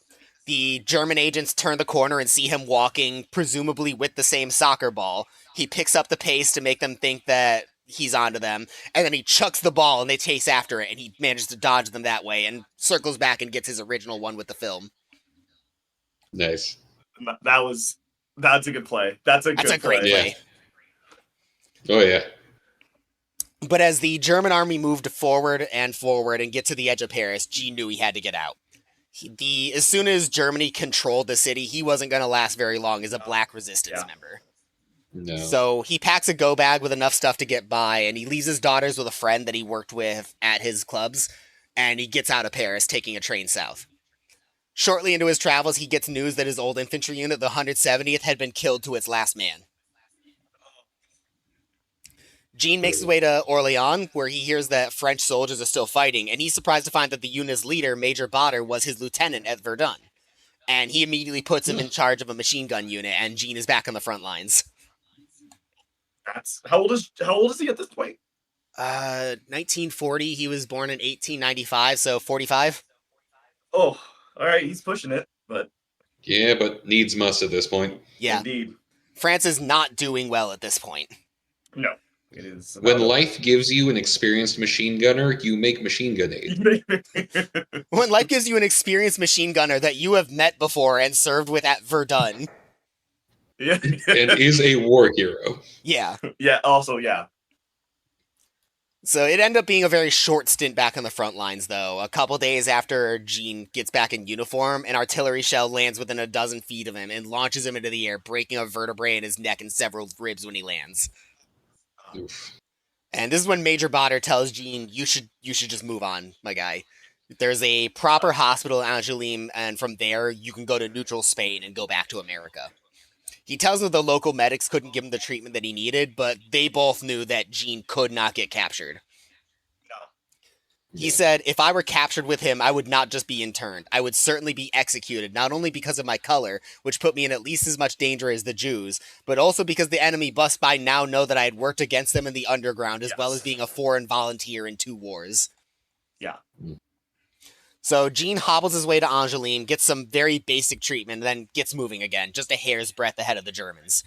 He meets a foreign legionnaire who lost his unit and trades the guy some food for his bike, and then he rides the bike to Biarritz, which is a lot closer to Spain, by this point having gone over 520 miles from Paris. He wanted to go to Biarritz because it had an office for the American consul, and amazingly, when he gets there, the guy that he meets is the guy who set him up the job working for Mrs. James. This is unbelievable how he keeps running into these people again. He knew everyone. Yeah. Well, there were limited actors available, so they had to keep reusing people. So the guy there, Colonel Sparks, arranges for him to get a passport, verifies a lot of personal details because he knew him, and then he hits Gene with the rough news that he can only actually issue the passport with the signature of the consul general, who is 175 miles away in Bordeaux. Yeah. So Gene leaves Colonel Sparks with his medals, and he mails them to the head of the ACLU in Brooklyn for safekeeping, so that if Gene makes it back to America, he can pick him up. And then Gene spends 2 days riding his bike to Bordeaux, still in intense pain from his artillery wound. Gets his passport. With a broken neck. Yeah, with a broken neck and broken ribs. What the fuck? Riding a bike for 2 days, 175 miles. After all the other walking that came before that. So he gets to Bordeaux, gets his passport, and he's told that now he has to go back to Biarritz, another 175 miles. And he finds on his way to leave that someone stole his bicycle, and now he has to walk. Oh, for the love of it. Oh my god. Come on. He makes it back to Biarritz on June 26th, the day after France surrendered to Germany, and he hitches a ride to Spain alongside tons of other American refugees. Ooh. And on July 12th, 1940, after 28 years away, Gene is back in the United States of America. Gene scraped away getting whatever money he could in Brooklyn, and a couple of months later he gets in touch with William C. Bullitt, the American ambassador to France, who was at one point a frequent visitor at L'Escadrille. Of course he was. Wow, of course.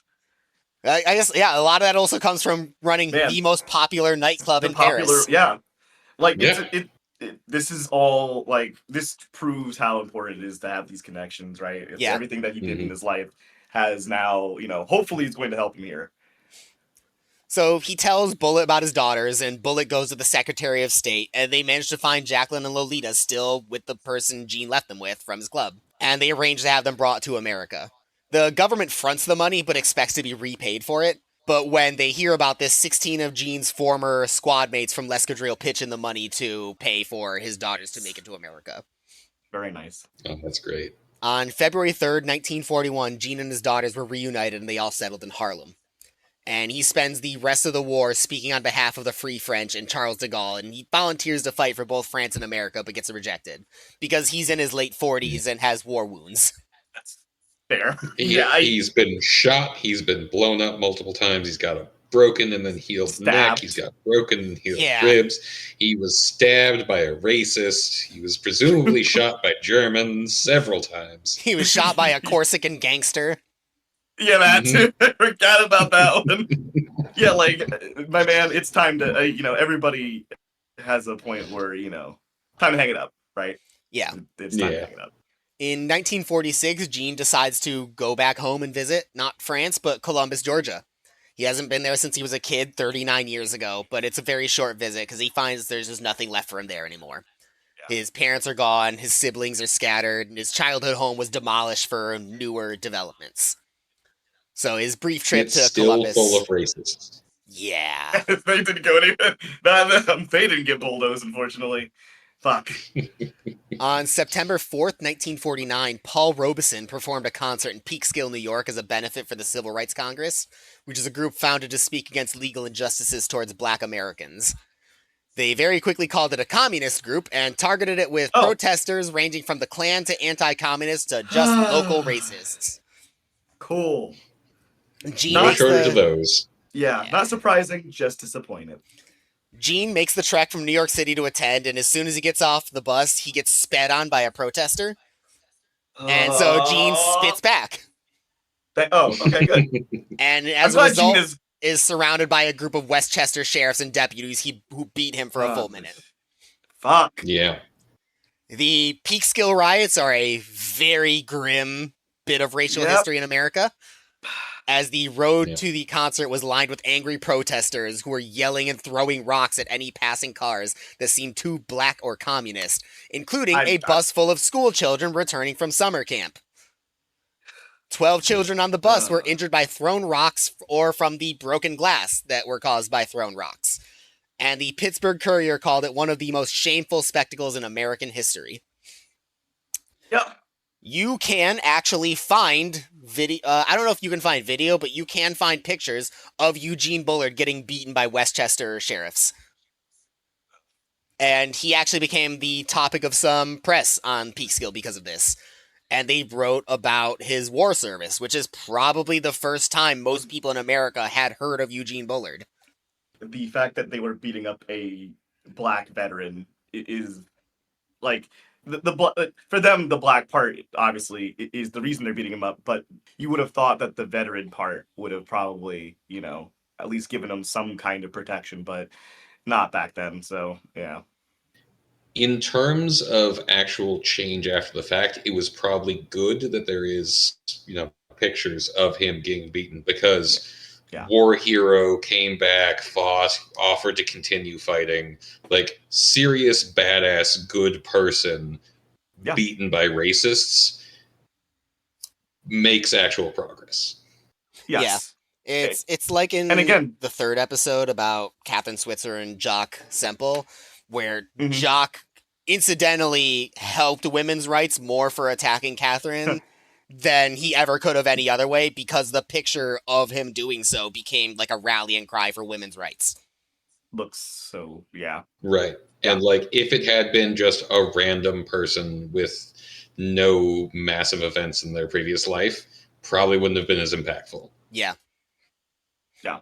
I mean, unfortunately, that's how a lot of progress happens in this nation, where we have to, shame and inflame a certain sector of our populace, right? But I mean, it back then much easier to do for any number of reasons that we don't need to get into. But like, yeah, that's kind of what it took. It's everything.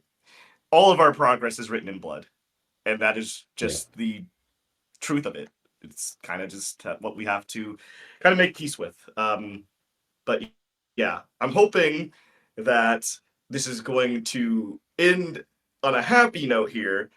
So I'll let you continue. But yeah, that's not too surprising what happened there. So Gene expected to see that kind of racism in the American South, but he kind of figured New York was better than that. So Yeah. he goes back to Paris in 1950, and he shacks with an old war buddy. He tries to get control of his gym and club back, but because of the devastation from the war, buildings being blown up, buildings being rebuilt, people dying, people moving out, the Germans coming in and taking ownership of things, it was such a confusing mess that ownership of property after the war in France was almost kind of a squatter's rights sort of thing. Just because how could you ever verify whether someone was dead or gone, or whether they even wanted to come back? Honestly, very reasonable. Yeah. At that point. So, not coming back to Paris until 1950, Gene never really had any hope of getting his property back. He's been gone for 5 years since the end of the war. He spends months trying, but he doesn't get anywhere. He just sinks himself further in legal fees. He tries to get the French government to recognize his service so he can get a pension for his medals, but he doesn't get that either, so he goes back to Harlem. He'll never live in Paris again, but because of when he ran L'Escadrille and formed a friendship with Louis Armstrong, he does end up touring with him for a little bit and goes back to Paris from time to time. Okay. He does actually play drums for Louis Armstrong a few times. That's so cool. I couldn't find any myself, but there are supposedly some recordings of Louis Armstrong tracks where you can hear Eugene Bullard playing drums. That's awesome. That's great. Yeah. And like in France's defense, they were so incredibly out of money after the war. Yeah. It's not surprising at all. Yeah, no, it's 6 years of chaos met by a whole different kind of chaos you have to sort out. I would say, yeah, I don't think that especially considering that most of France has treated him well, like with the exception of like a few isolated incidents. I would say if they had the chance and the resources to like actually help him, I think they probably would have. I just don't think they were really capable, honestly, with how a mess of France was after World War II. Yeah. So after a few years of touring with Louis Armstrong, Gene feels like he's too old to handle the stress of European tours, and he just permanently stays in New York City, and he gets a job working the elevator at the Rockefeller Center. In 1959, even though Edmund Gross held it up when it was first proposed in 1933, Gene gets granted France's Legion of Honor, the highest honor in France. the equivalent to the Medal of Honor. Yeah. And he gets dubbed officially as a Knight of France. They Oh, there invite you him go. back, and at the ceremony he says, "I have served France as best I could. France taught me the true meaning of liberty, equality, and fraternity. My services to France can never repay all I owe her." Wow. And Wow, that's Damn. And Eleanor Roosevelt, First Lady through World War II, had her own newspaper column that she wrote in a lot. Seems to have almost used it as her own diary at times. And she was at the ceremony and she recounted, "I think we in America should be proud of this man who now lives in our country after his long service to the French and the France he loved." So Gene Nice. goes back to the Rockefeller Center. And at this point, Dave Garroway is the host of the Today Show. And it's headquartered in the Rock. So he sees Gene all the time. But not long after the ceremony, he goes into the elevator and he greets Gene. And then he notices Gene is wearing a shiny medal on his Rock Center uniform. And he goes, "Gene, what's that?" And Gene goes, "Why, it's the Legion of Honor, Mr. Garroway. It's France's highest decoration. I was awarded the medal just a couple months back." And he gets asked, "How did you, a seemingly undistinguished black man zipping up and down in an elevator, probably not much above minimum wage, get that kind of a decoration?" And that's when Gene tells him, just the massive everything. yeah. gestures and everything. Yeah. And that's when Gene tells him, "I was in the Great War, Mr. Garroway, and the Second War, too. I fought at Verdun, among other places, flew combat, too, shot down a couple of Boche planes." And that's when the guy goes, wait, stop pulling my leg. Who the hell are you, and what are you doing driving an elevator?" Wait a minute. Yeah. Oh And my so god. Garroway tells Gene, "You tell the building supervisor to get someone to replace Right you now, yeah. now, and then you come to my Yeah. office." Yeah, that's so funny. All right, first get another elevator driver. Then you Yeah. come. God. So he interrogates Gene to learn everything he can about him, Yeah. and makes him a guest on the Today Show. And on that's so December cool. 22nd, 1959, Gene's Christmas present is finally being able to tell his story to America on live TV to millions of viewers, Yes. wearing his 15 medals. And the next year, Amazing. he gets invited to France, and he meets Charles de Gaulle, the president of France, and famous I was general during wondering World what War that was II. meant, yeah. Mm-hmm. And the rest of his life, the next couple years, was just him slowly succumbing to stomach cancer after finally getting international and domestic recognition for everything he has done. And on October 12th, 1961, 3 days after his 66th birthday, stomach cancer claims Eugene Bullard, the first black fighter pilot. I mean, it was a hard thing to wrap up after the Today Show. Honestly, the important thing is he finally got his story out there, and people learned who the fuck he was and everything that he did. And I That's think fantastic. That is amazing. I also need to note Charles de Gaulle, also a really terrible person. Yeah, really no, a bad person too. Yeah, I want to make that clear. I was also going to say, I was like, man, when you got to the 1950 part, I'm like, Charles de Gaulle's about to be running things, so I'm like, this may not be. I'm like, but yeah, we finally got to that part. We've talked a lot about really influential bad people in this episode, but I'm glad that, Gene wasn't one of them, and I'm glad that he was actually able to be recognized for it. That's really all we can ask for. I know that he lived an incredible life. Yeah. Oh, yeah. Yeah, horse jockey, boxer, fighter pilot, trench soldier, spy, jazz club owner. Jazz club owner, gym owner on the side. Owner of a flying monkey. Man who was owner of a capuchin monkey who has no idea how he gained said capuchin monkey. I know people are going to ask. They could not find how he parted with Jimmy at what point. I just know that he flew with him. My headcanon is that Jimmy had a long, happy life somewhere in America with his daughters or something. I hope that's what happened. But my headcanon is that Jimmy jumped into a German plane, killed the pilot, and it went down in a fire explosion. Just with that. Yeah. But there is no body recovered. Yeah, never trust the off-screen death. Jimmy is still out there. Yeah, anime. No body was found. He's still around. He's still out there.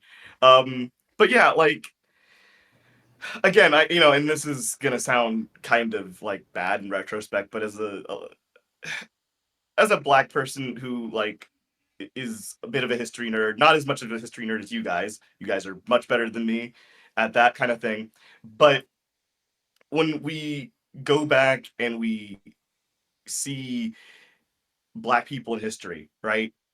A lot of it doesn't end well. So one of the biggest things we can hope for is just that they do get recognized for their accomplishments. And I'm just glad that that's what happened for Gene. I'm glad that he got recognized while he was alive. Yeah. Right? That's an important part bullshit, of it. right? Not this bullshit where it happens, fucking 30 years afterwards, right? It it's a consolation prize, and I hate it, but really I'm just glad that he got to experience the limelight for a little bit. Just that I guess he did get pretty good recognition in France from the get-go. I mean, they gave him 15 medals. Yeah. But it's different, and he considered, and let's be real, I think he probably considered France home compared to America, and I think there's a lot of good reasons for that. But America was where he was born, and I'm glad that he got recognition in the end here too, right? He was America's first Black pilot, so even though he didn't do it for America, he wanted to. He tried. He offered. Yeah, multiple times. We turned him down multiple times, right? Multiple times in multiple wars. Seriously, it wasn't for lack of trying. Really wasn't. In fact, he really should have been stopping it a lot sooner. But man is falling apart with a severed spine. But no, I'm not happy is probably not the best word, but I am. It's relieved. Yes, that's a good word. History is full of so many examples of people that did not see recognition in their lifetime, and especially for minority unreported groups. And so the fact that near the end he got that full recognition and was able to tell his story to everyone and get seen for it means a lot. Dying at 66 of stomach cancer it's still terrible. Yeah. But it is, with the end of it, it is still so far above what it could have been. Yeah, I agree. Yeah, unfortunately, as that's a pretty early death, but he also, considering that's an early death, the fact that he did get to see, recognition is also pretty impressive. So yeah, no, this was a good story. I didn't, I'm glad there was a happy ending. Let's put it like that. I know that my other stories are generally more comedic, more fun, but I felt like this is just a crazy and impressive story of a guy for Black History Month. Yeah, absolutely. Thank you for that. Also, quick note: he jammed a hell of a life into 66 years. Seriously? Oh yeah, can we talk about that?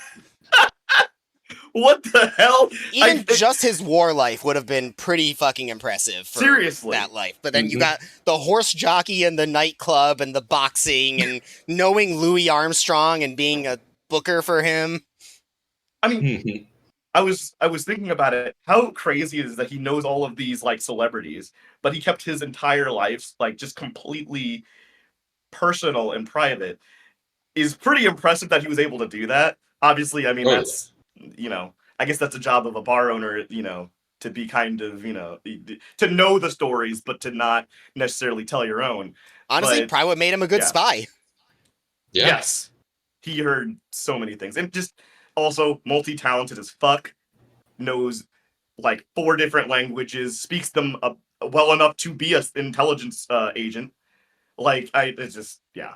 Oh, one thing that I definitely want to remember to have in this episode, because I can say it unironically and with my full weight behind it. If this is a great story, remember to smash that like button and comment and subscribe. God. Hey, I get to do it one time, honestly and unironically, before it becomes cheesy. I'm glad you used it on this one. Thank you. All right. I do hate it. As a content creator, I hate it. I hate it a little bit too, but I want to take my one shot. I want to take my one chance to say it. Legacy points deducted. God. Hey guys, Brandon here. Thanks for listening to a little bit more of a serious one, episode 5 on Eugene Bullard. I was initially in the middle of working on another episode, but I had wanted to get to the story of Eugene at some point and figured that it would be nice if I could push it out for Black History Month. That would be great timing for it. Thanks for sticking around for something a little more heavy this time. My primary source for this one was All Blood Runs Red, the legendary life of Eugene Bullard, boxer, pilot, soldier, spy. A very long named book by Phil Keith and Tom Clavin. Anyway, I guess I will hopefully catch you on another one. See you around.